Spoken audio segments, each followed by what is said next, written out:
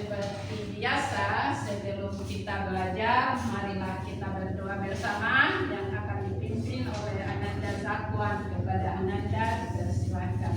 Teman-teman, sebelum kita belajar, marilah kita berdoa. Berdoa dimulai.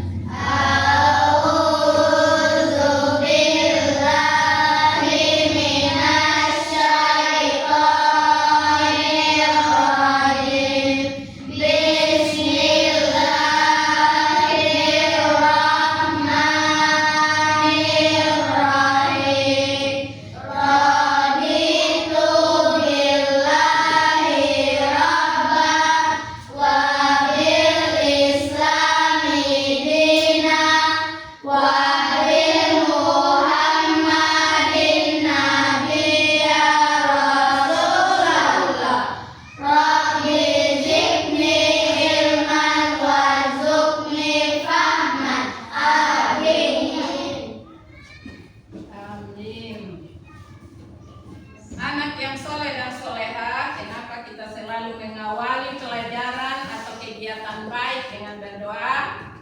Karena dengan berdoa, insya Allah segala kegiatan kita mendapat bimbingan dari Allah Subhanahu wa Ta'ala. Anak-anak, tujuan pembelajaran kita hari ini yang pertama adalah meningkatkan kemampuan peserta didik dalam menggunakan teknologi dan media sosial. Kemudian peserta didik dapat menjelaskan isi pokok surat Al-Ma'un.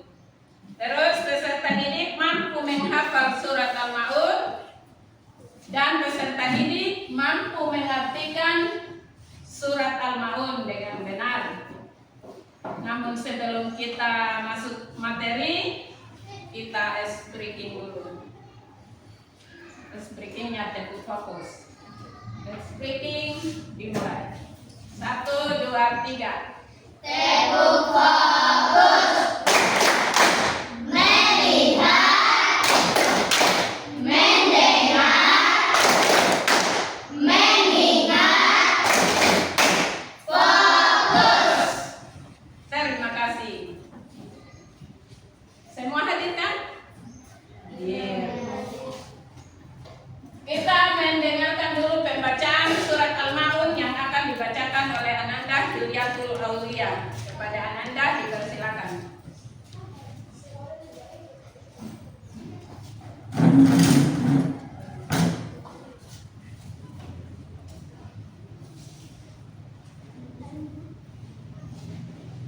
A'udzu billahi minasyaitonir rajim. Bismillahirrahmanirrahim. Ara'aital ladzi yukadzibu bid-din, fadzalikal ladzi yad'uul yatim, wa la yahuddu 'ala ta'amil miskin, fawailul lil musallin, alladzina hum 'an shalatihim sahun, alladzina hum yura'un wa yamna'unal ma'un. Wallahul azim. Bagus. Siapa yang bisa mengartikan surat Al-Ma'un? Saya, Bu. Zakwan, silakan. Artinya, tahukah kamu orang yang mendustakan agama? Itulah orang yang menghardik anak yatim dan tidak menganjurkan memberi makanan orang miskin. Maka celakalah bagi orang-orang yang sholat, yaitu orang-orang yang lalai dari sholatnya, orang-orang yang berbuat riya dan enggan menolong dengan barang yang berguna. Tepuk tangan. Surat tadi arti surat Al-Ma'un. Surat Al-Ma'un itu ayat pertamanya Allah bertanya, tahukah kamu siapakah golongan orang yang mendustakan agama itu? Allah bertanya seperti itu bukannya dia tidak tahu jawabannya. Dia hanya ingin mengingatkan kita. Karena di ayat kedua itu Allah juga yang jawab sendiri, yaitu orang-orang yang menghardik anak yatim. Anak yatim itu seperti apa? Seperti seseorang yang seperti anak yang kehilangan seseorang.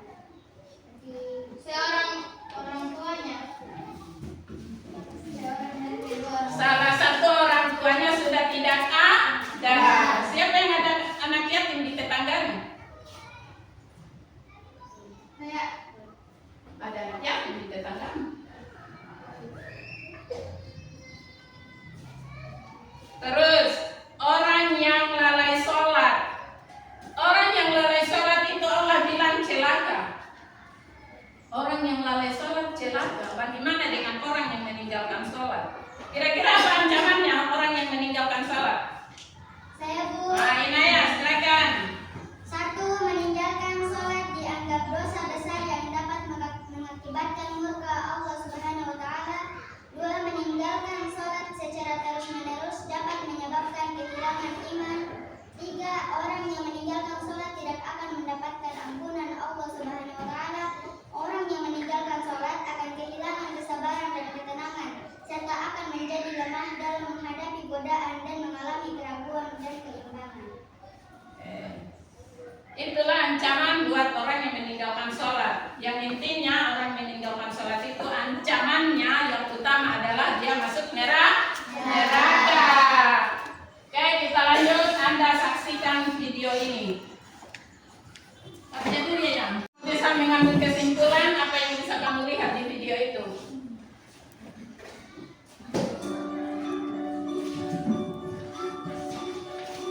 Perhatikan.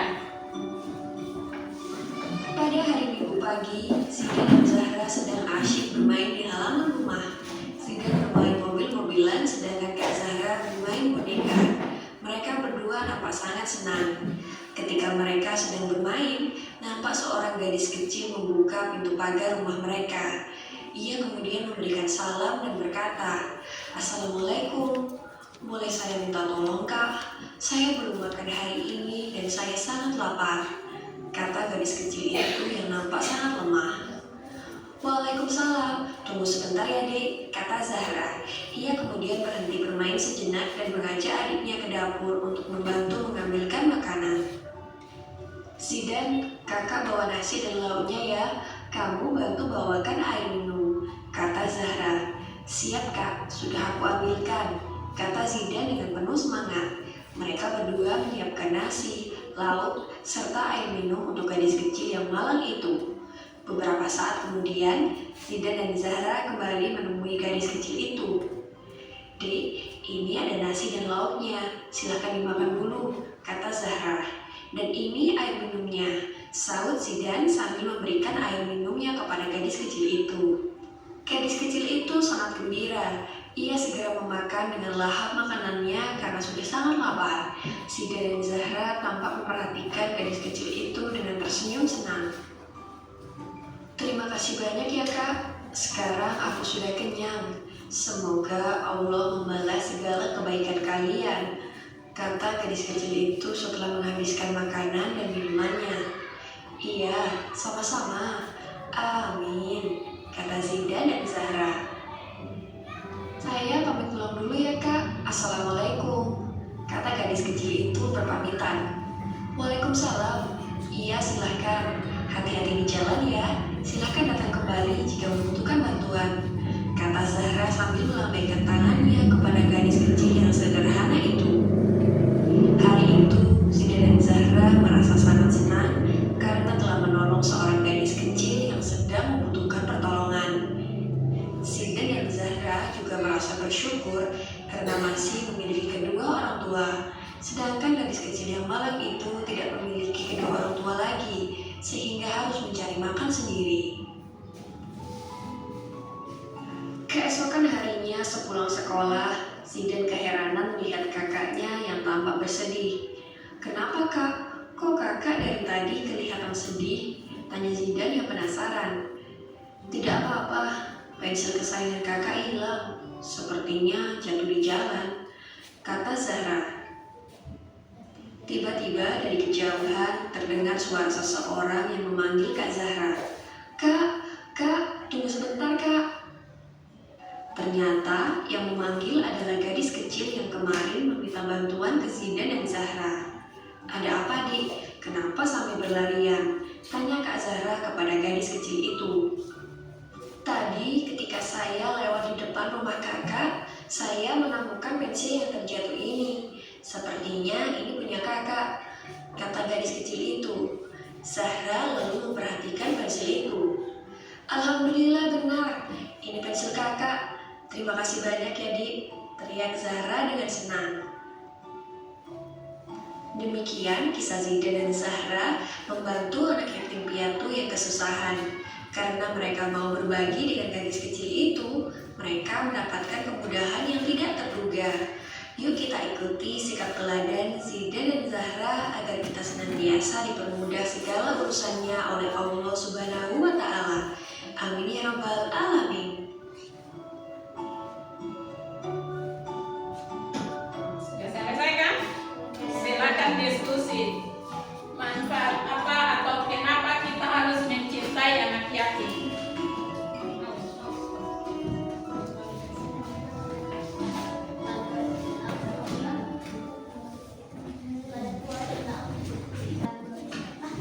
Dari video yang kalian tonton tadi, kesimpulan apa yang Anda bisa tarik? Kenapa kita harus mencintai anak yatim? Kelompok Medina yang jawab duluan. Saya, Bu. Ayo, silakan. 1. Mereka kehilangan orang tua. 2. Membutuhkan dukungan emosional dan material. Oke, cukup. Kelompok Mega?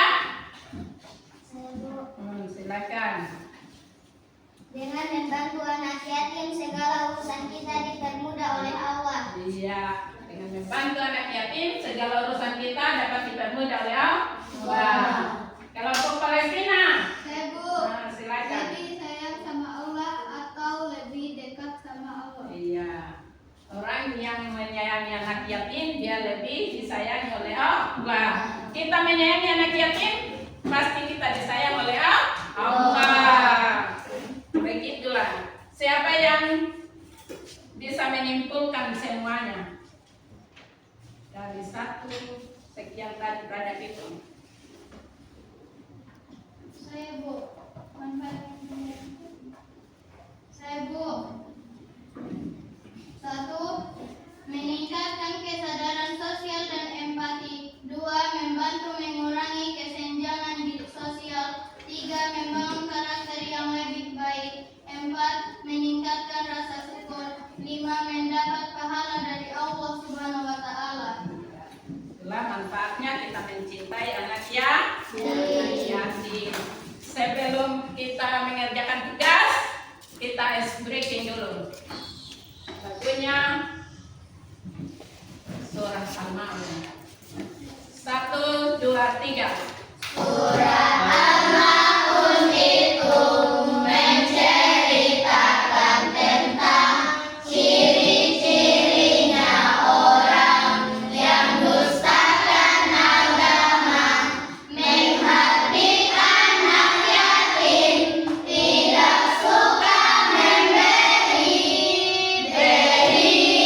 makan orang-orang yang miskin, orang yang lalai sholat, orang yang sukaria, tidak mau menolong dengan barang yang bagus.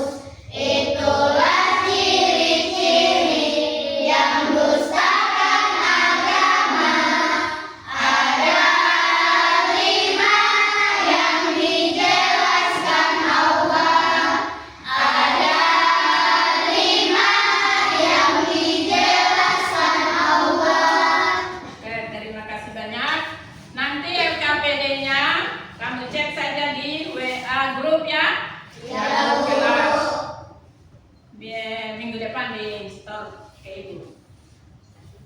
Sebelum kita pulang, Ibu mau tanya, apakah belajar hari ini menyenangkan? Menyenangkan. Menyenangkan. Jadi kita tutup dengan doa. Doa akan dipimpin oleh Al-Zahra.